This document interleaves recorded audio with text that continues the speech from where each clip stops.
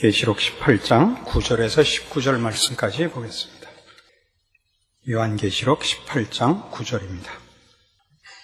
그와 함께 음행하고 사치하던 땅의 왕들이 그 불붙는 연기를 보고 위하여 울고 가슴을 치며 그 고난을 무서워하여 멀리 서서 가로되 화 있도다 큰 성 견고한 성 바벨론이여 일시간에 내 심판이 이르렀다 하리로다.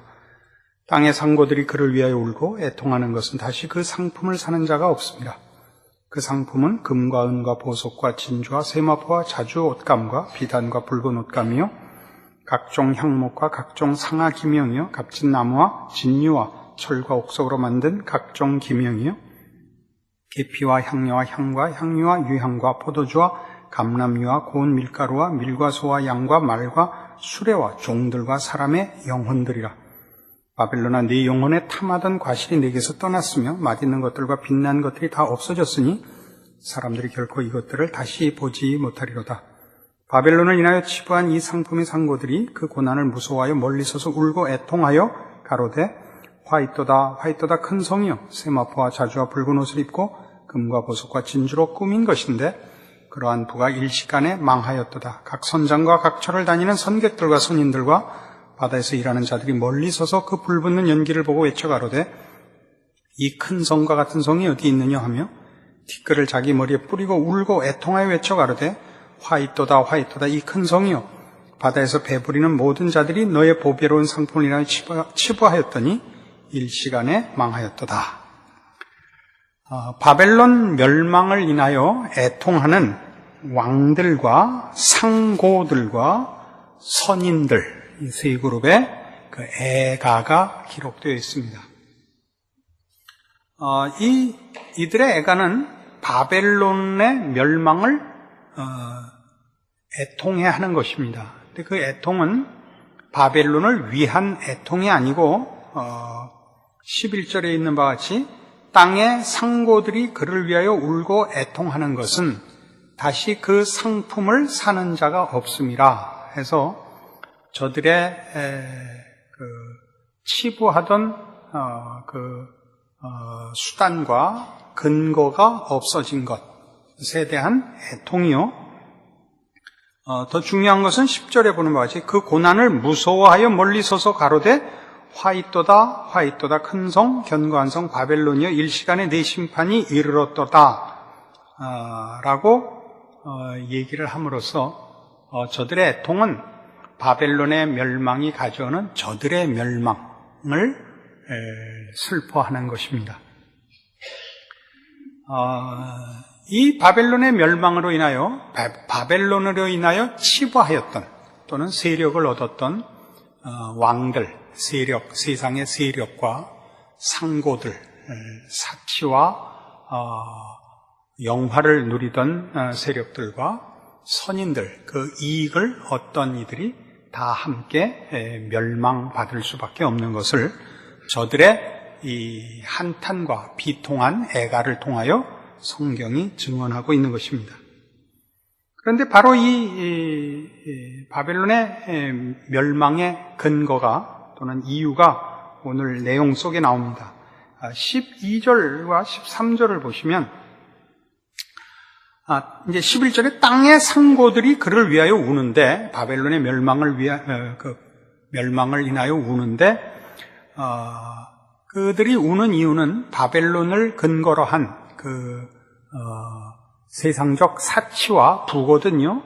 12절에 그 상품은 금과 은과 보석과 진주와 세마포와 자주 옷감과 비단과 붉은 옷감이요 각종 향목과 각종 상아 기명이요 값진 나무와 진유와 철과 옥석으로 만든 각종 기명이요 계피와 향료와 향과 향유와 유향과 포도주와 감람유와 고운 밀가루와 밀과 소와 양과 말과 수레와 종들과 사람의 영혼들이라 이렇게 나오고 있습니다. 즉 저들의 가공할 사치와 허영을 말하고 있습니다. 그런데 이 13절 끝에 종들과 사람의 영혼들이라는 표현이 나옵니다. 이것은 물론 본문에 관한 이해에 대하여 학자들 간의 견해 차이가 있지만 종들 곧 사람의 영혼들이라 이렇게 이해하고 있습니다. 거기 나오는 모든 상품들은 말하자면 세상적인 사치에 관한 것들입니다. 그리고 세상의 사치를 위하여 저들은 사람들도 노예로 팔고 사고 했습니다. 그러니까 저들이 누리는 자랑, 부 혹은 그들이 가지는 가치는 인간을 대접하여 얻는 가치가 아니고 사람의 영혼을 팔아 가지는 사치다, 이런 뜻이 되는 겁니다. 인간을 노예로 사고 팔 수 있는, 즉 인간을 인간으로서 대접하지 않고 스스로들도 영혼을 팔아먹는 것과 같은 근거 위에서 저들은 이런 부와 사치를 누렸다라고 얘기하는 것입니다. 이런 목록을 통해서 바벨론과 이 세상이 가지는 정신을 말하자면 고소하고 있는 셈입니다. 그 비인도적인 잔인함, 인간 생명에 대한 모독, 이런 것들을 고소하고 있습니다. 바벨론이 바로 이런 비인도적이고 인간 생명을 모욕하는 사상 위에 뿌리를 둔 그 기관이요, 정신이요, 세력이라는 것을 보이고 있습니다. 이것은 14절에 바벨론아, 네 영혼에 탐하던 과실이 네게서 떠났다라는 표현에 더욱 두드러지게 나타나고 있습니다. 저들의 정신은 앞에서 본 바와 같은 가치 없는, 보다 중요한 것을 빗나간 의미 없는 헛된 것에 정신을 팔아먹은 것들이라, 이런 뜻입니다. 이 모든 왕들과 상고들과 선인들의 애통은 이렇게 후렴같이 화이또다 큰 성 바벨론이요, 이렇게 자랑하고 부하고 멋있더니 일시간에 망하였다라고 세 번에 걸쳐서 반복 애가가 불려지고 있습니다. 이런 표현들은 말하자면 성경이 하나님 없는, 또 하나님이 우리에게 요구하는 신앙적 진리와 의의 정신을 벗어난 헛된 죄성들과 세상의 생각들이 가지는 그 자멸성을 조롱하고 있는 셈입니다. 그런데 그것은 우리로서는 한 번 더 생각해 볼 문제입니다. 인간 생명에 대한 존중은 성경에 있어서는 굉장히 중요한 신앙적인 요구입니다. 우리는 율법의 대강령이 하나님을 사랑하는 것과 우리의 이웃을 우리의 몸같이 사랑하는 것이라는 예수님의 명령을 받들고 있습니다. 인간 생명을 존중히 여기는 것, 그래서 이웃을 사랑하는 것, 이것이 말하자면 여기에 등장하는 금과 은과 보석과 진주와 세마포와 자주옥감과 비단과 붉은 옷감과 각종 향목, 이런 모든 것보다 우선해야 됩니다. 그것은 무엇이 먼저고 무엇이 나중이냐가 아니라 어느 쪽 길을 택하느냐의 차이를 말하는 것입니다. 한쪽은 하나님 없는 곳에서 찾는 가치고, 하나는 하나님을 모신 곳에서 찾는 가치입니다. 그 하나님을 섬기며 하나님의 뜻을 따라 산다 하는 것을 우리의 실천적 신앙의 현실 속에서 내 이웃들을 어떻게 이해하며 이웃에 대하여 어떠한 책임을 가지고 있는가라고 물을 수 있습니다.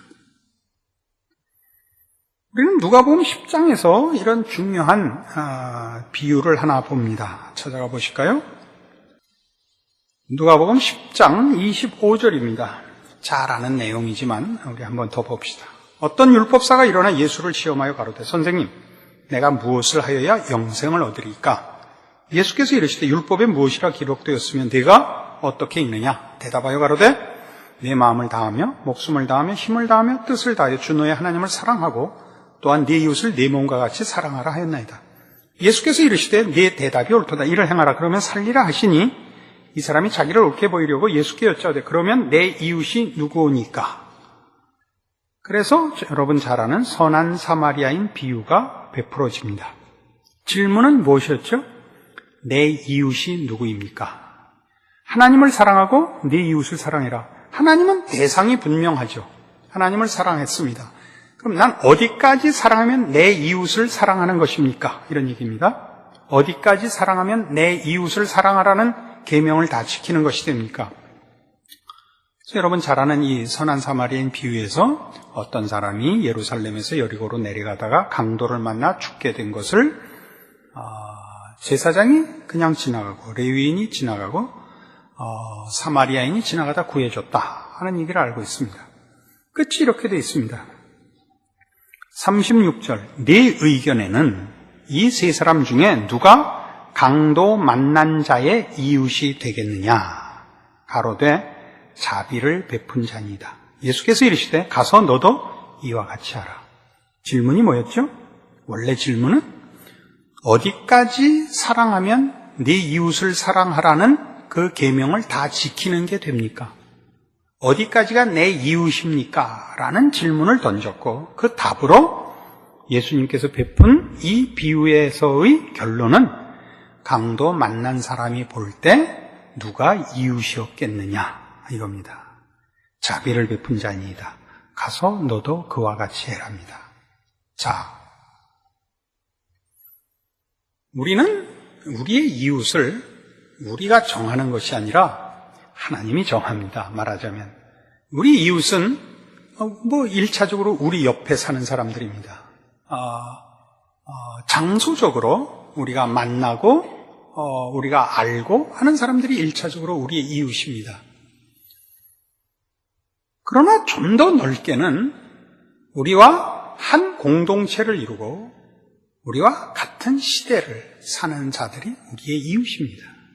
넓게 보면 한 나라고 작게 보면 우리가 몸담은 어떤 직장 혹은 여러분 사는 좀 더 폭넓은 공동체가 여러분의 모든 이웃입니다.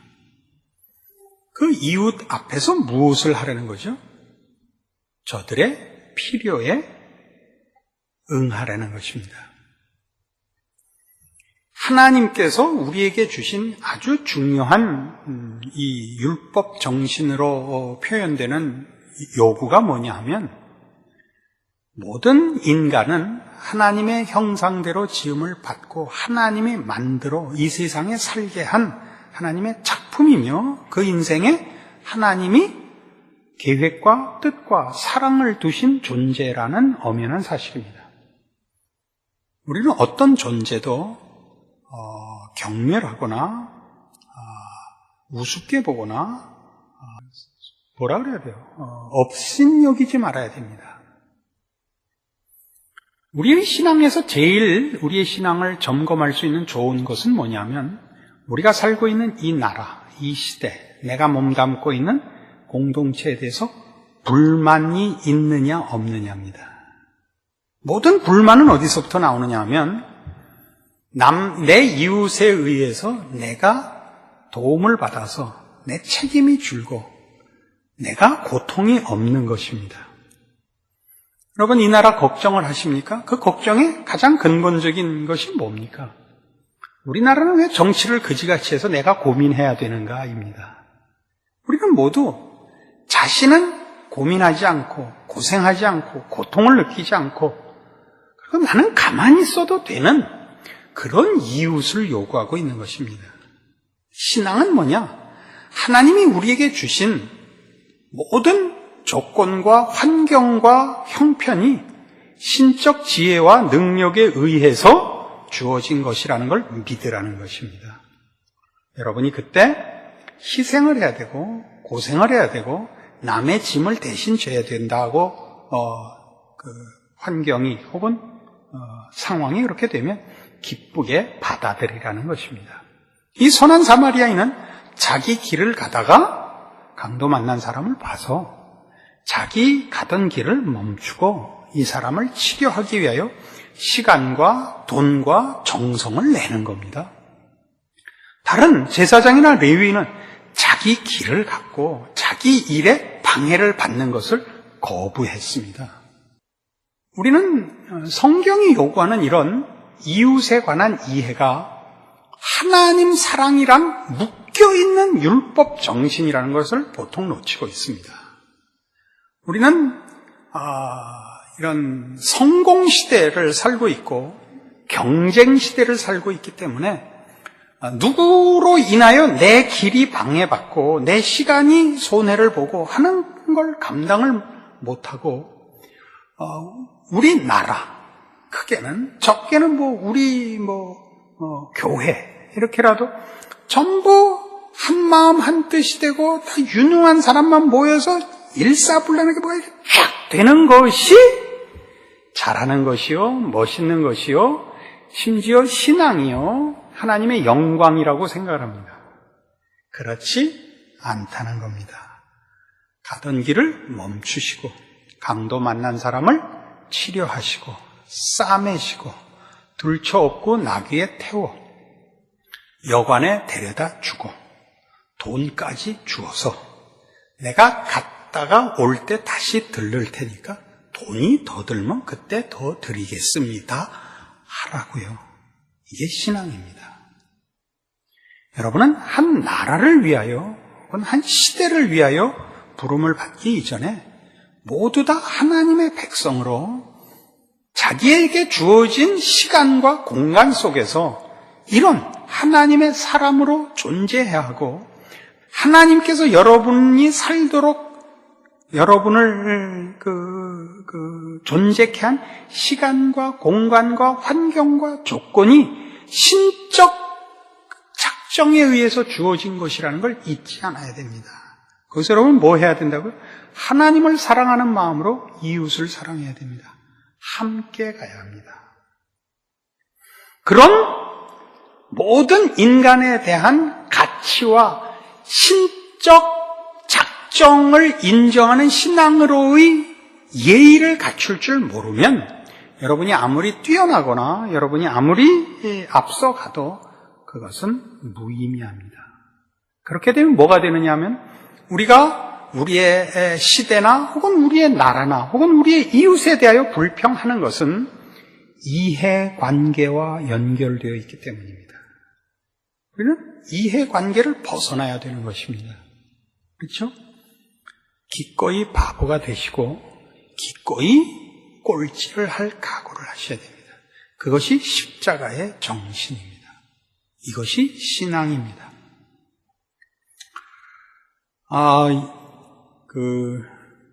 기도원에 갔더니요. 기도원의 원장님이 이런 얘기를 했습니다. 원장 장로님이 목사님들 되게 웃긴데요. 그래서 뭘 웃기냐 그랬더니 교인들을 데리고 각 교회에서 기도회를 이렇게 단체로 오면 자기 교인들이 이렇게 짠 하고 입고 오기를 바란대요. 그래서 좀 어떤 몇 교회가 이렇게 동시에 올 수도 있잖아요. 그룹이. 그러면 이렇게 좀 세련되게 하고 온 교회 목사님은 자기도 모르게 힘을 주고 목소리도 커지고 좀 후줄근한 교인들을 몰고 온 목사님은 상대적으로 약간 꿀려한대요. 아시겠지요? 우린 다 그래요. 여러분 모두는 사시면서 여러분 부모님에 대해서 어떻게 생각하고 있는지 한번 점검해 보세요. 여러분 아버지와 어머니에 대해서 어느 만큼의 감사와 또는 자랑을 갖고 있는가. 저는 이런 지금 와서는 생각하면 참 내가 그때 철이 없었구나 하는 생각이 나요. 3일 저녁 이렇게 와서 예배 보고 돌아갈 때 옛날에는 길거리에서 뭘 많이 팔았어요. 이 큰 함지박에 고등어를 팔곤 하고 칼치도 팔고 우리 어머니가 돌아가는 길에 그걸 꼭 사갖고 새끼줄에 맨 걸 나보고 들고 가지는 거예요. 이 인류 고등학교 교복을 입고 있는 대로 멋을 부리고 잘난 척하고 있는 아들에게 이걸 들고 가지. 이게 뭐예요? 더러는 도망을 가고 더러는 무슨 핑계를 대다가 헐 수 없이 들고 가는 날은 얼마나 빨리 갔는지 몰라요. 누구를 만날까 봐. 철이 없어서 이게 창피했다고요. 꼭 그런 꼴입니다. 부모가 볼 때 그 아들이 철이 없다는 걸 금방 알죠. 우리 하나님이 지금 우리에게 요구하는 게 그래요. 신앙이라는 건 무슨 굉장한 건 줄 아세요? 신앙이라는 것이 굉장하다는 건 뭐냐? 세력이나 명성이나 재주에 관한 것이 아닙니다. 전혀 인격에 관한 것이요. 하나님을 닮는 싸움이요. 무엇이 소중하고 무엇이 하찮은가의 문제입니다. 그러니까 오늘 바벨론 포로에서 멸망해서 보는 바와 같은 이 멸망받을 수밖에 없었던 바벨론 정신은 뭐였죠? 사람의 영혼들을 팔아먹은 자들이라고요. 뭘 위하여? 헛된 것들을 위하여. 이 싸움이죠. 우리는 이 시대를 살고 이 나라를 살면서 지금 벌써 여러 대통령들을 지나오면서 그때마다 불만과 걱정으로 이렇게 나이를 먹어왔습니다. 그건 같은 나라의 그 백성으로서 마땅히 가져야 하는 고민이요, 또는 걱정이요, 또는 애씀일 것입니다. 그러나 그것이 불평으로 가고 그래서 도망가는 건 저는 싫다. 그렇게 한번 말씀을 드렸습니다. 이민 가는 이유는 여러 가지 이유가 있습니다. 그걸 이민 자체를 부정하거나 그건 뭐 다 도망가는 거라고 얘기해서는 물론 안 됩니다. 보다 큰 뜻을 가지고 갈 수 있고 여기서도 살 수가 없어서 도피처를 구할 수밖에 없는 경우도 있습니다. 인생이란 참으로 복잡하고 별의별 일이 다 있기 때문입니다. 그러나 많이들 이 나라에서부터 도망을 갔습니다. 선진국에 가면 내가 져야 하는 짐보다 받는 혜택이 더 많은 것입니다. 그게 선진국이죠. 후진국은 받는 혜택보다 져야 하는 짐이 더 많은 것이 후진국이죠. 그 짐을 질 수 있다는 것이 남을 위하여 내가 상대방의 짐을 덜어줄 수 있다는 것이 얼마나 복된 일인가를 모른다면 하나님이 우리를 위하여 그 아들을 보내어 십자가를 지게 하셨다는 것을 부인하는 꼴이 됩니다. 이런 이유 때문에 우리는 오늘 이 바벨론의 멸망이 가지는 그 이유와 저들의 정신으로 우리의 신앙을 점검해 볼 필요가 있습니다. 우리가 이러한 신자된 신앙의 가장 근본적이고 원칙적인 면을 이해한다면 우리의 대부분의 불만은 사라질 것입니다. 예수님께서 십자가를 지시되 불평하지 않으셨으며 그를 못 받고 조롱하는 자들을 향하여 아버지여 저들을 사하소서, 저들이 자기가 하는 일을 알지 못하나이다 라고 한 그 뜻을 알게 되며 우리에게 요구한 아무든지 나를 따르려거든 자기를 부인하고 자기 십자가를 지고 나를 쫓을지니라를 기꺼이 실천할 수 있게 됩니다. 이것은 신자된 희생이나 책임 이전에 굉장한 특권입니다. 이 길을 믿음으로 또는 그 내용을 이해해서 걸을 수 있게 되면 그는 하나님이 우리를 통하여 일하시며 십자가의 정신으로 결실한다는 것을 아는 기쁨과 기적의 삶을 살 수 있으며 고통과 고난 속에서 감사를 누리게 됩니다. 이 기쁨과 감사를 빼앗을 자가 없습니다. 그러나 세상의 헛된 것들은 서로가 훔치고 뺏고 파멸을 초래할 뿐입니다. 신자된 자랑과 기쁨과 특권이 어디 있는지 오늘 말씀으로 각자 자신의 신앙을 점검하시고 하나님의 자녀로 부름받은 마땅한 분별과 그래서 얻어지는 신앙적인 실천과 기적과 승리와 찬송이 있는 인생 되시기를 바랍니다. 기도하십시다. 하나님 아버지 은혜를 감사합니다. 하나님께서 우리를 하나님의 자녀로 세우사 우리 인생을 살게 하셔서 우리 인생 속에 만나는 모든 사람들 앞에 하나님을 사랑하는 자로서의 특권을 누리게 하셨습니다. 우리의 특권은 기꺼이 우리 이웃을 돕는 것이요, 저들을 위하여 우리의 길을 잠시 멈출 수 있고 가진 것을 나누며 저들을 위로하며 고치는 일을 위하여 우리를 희생할 수 있는 이 자랑입니다.